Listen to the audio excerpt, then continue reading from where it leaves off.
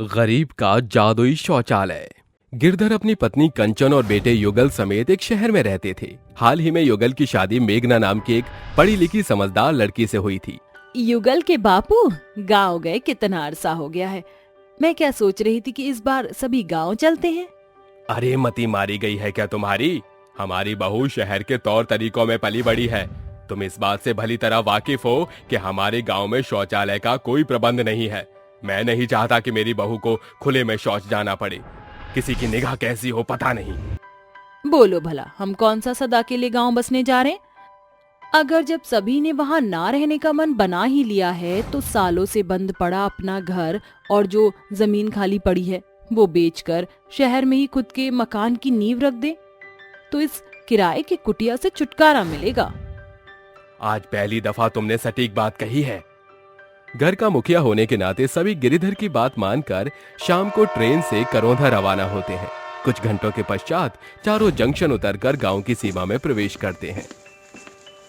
मेघना बहू जल्दी से घूंघट कर ले। नई नवेली बहू को सरेआम चेहरा दिखाकर चलना शोभा नहीं देता। जी सासू माँ। मेघना सर पर पल्लू धरकर चलने लगती है। तभी कंचन बिगड़ते हुए कहती है, अरे दादा, तुम आजकल के जमाने की लुगाइयों को रूप प्रदर्शन करने की बुरी लत पड़ गई है। हमारे जमाने में बीते भर के घुंघटा का प्रचलन हुआ करता था। उनको गांव में आता देख गांव वाले अपने घरों की चौखट पर निकलकर ताका झांकी करने लगते हैं। मुद्दतों बाद अपने गांव की घर की दहलीज पर लात रखी है। कितना सुकून है यहाँ। दोनों मिलकर घर साफ सुथरा करते हैं और देर रात खा पीकर सो जाते हैं। तभी सवेरे के 4 बजते ही खटखट की आहट से मेघना की आंख खुल जाती है और वो बोल पड़ती है। कमाल है, इतनी तड़के सुबह किसने दस्तक दी? मेघना उठकर दरवाजा खोलती है तो वो देखती है कि गांव की औरतें हाथों में लोटा लिए खड़ी होती हैं। अरे कंचनिया की पतो, ऐसन निहारत काहे है? हम सबन लोटा पार्टी की औरत हैं। बुला अपन सासू माई के। इससे पहले कि मेघना कुछ समझ पाती, पीछे से उसकी सास दोनों हाथों में लोटा लिए आकर बोलती है, अरे बहू, बुत बनकर क्यों खड़ी है? चल, सवेरा होने से पहले हम औरतों को हल्का होना होगा, वरना फिर खेतों में मर्दों का आना जाना लग जाएगा। मेघना चुप्पी साधकर लोटा उठाए औरतों के झुंड के साथ चल पड़ती है। सभी औरतें थोड़ी थोड़ी अंतराल की दूरी पर शौच करने बैठ जाती हैं, लेकिन मेघना को ये सब बहुत असहज जान पड़ता है। अरे बहुरिया, खाड़ काहे हो? कोनो खाली जगह टिका कर बैठ जा। मेघना खेत के चारों ओर मची हुई गंदगी देखकर नाक सिकोड़कर साफ जगह पर शौच के लिए बैठ जाती है। घर लौटकर वो अपनी सास से कहती है, सासू माँ, क्या गांव की सभी औरतें प्रतिदिन खुले में ही शौच करती हैं? हाँ बहू, सदियों से करौंधा गांव की औरतें खेत खलियानों में ही शौच करती आ रही हैं।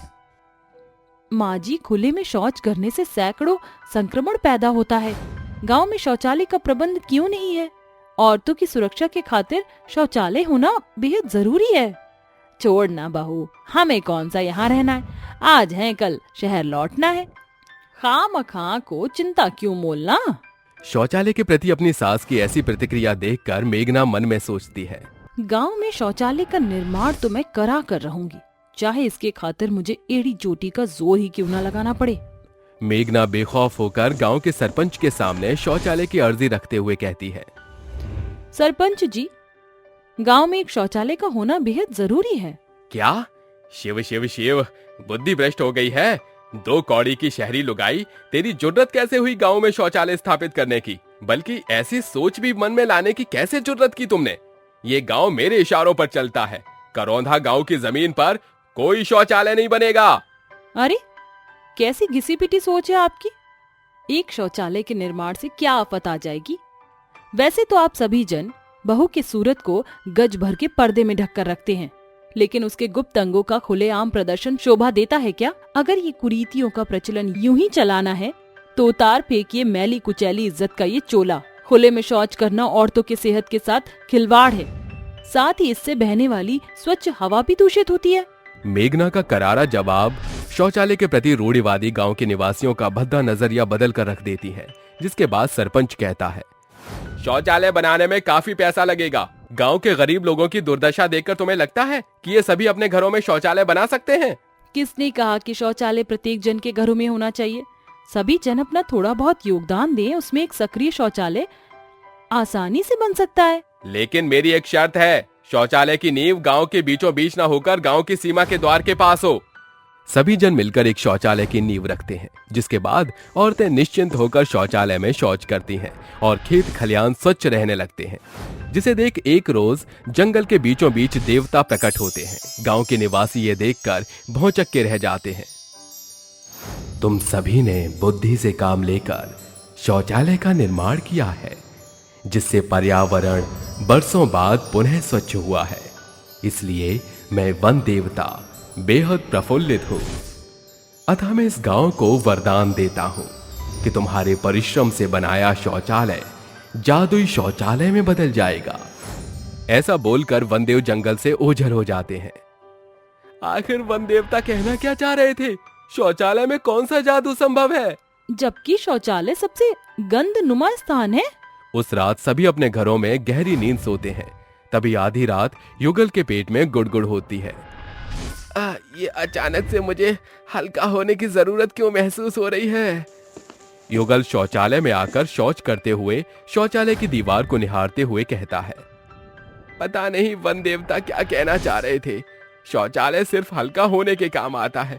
यहाँ जादू क्या होगा? मानव का गोबर सोना थोड़े ही बन जाएगा। अचानक एक तेज रोशनी शौचालय की सीट पर प्रकट होता देख युगल सहमकर झटके से उठ खड़ा होता है और कहता है, अरे गांव वालों, जल्दी से बाहर निकलो। सभी आंख मलते हुए अपने घरों से निकलकर जादुई शौचालय का करिश्मा देख स्तब्ध रह जाते हैं।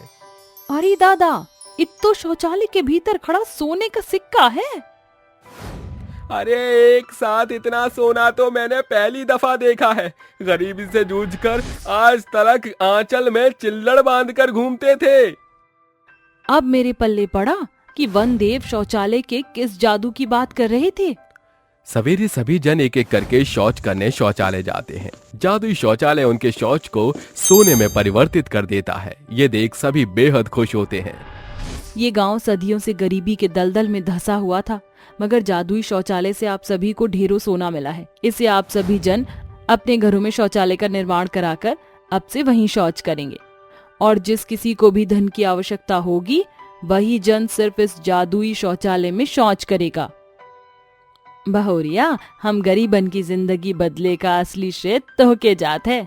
काहे कि तू अगर शौचालय के निर्माण ना ही करत तो ना वन देवता प्रसन्न होते, न गांव की ई जादुई शौचालय का वरदान प्राप्त होइत। युगल के बापू, अब तो शौचालय की समस्या भी टल गई है, तो क्यों ना हम इसी गांव में रहे। मगर हमारे गांव का ढांचा एकदम पुराना हो चुका है। क्या पता किसी रात हम पर गिर पड़े तो? बाबूजी, आप भूल गए कि अब हमारे गांव में जादुई शौचालय है। ये शौचालय हम जैसे गरीबों की आर्थिक जरूरत को पूरी करेगा। ऐसा सुनकर कंचन शौचालय इस्तेमाल करती है, जिसके बाद शौचालय की सीट सोने में ढलकर उन्हें सोना देती है, जिससे वो नए घर की नींव रखकर अपने पुराने टूटे फूटे घर से हमेशा के लिए छुटकारा पा जाते हैं। इस तरह जादुई शौचालय से करोंधा के गरीब निवासियों की जीवन पूरी रीति से पटरी पर आ जाती है और सभी हंसी खुशी जीवन यापन करने लगते हैं।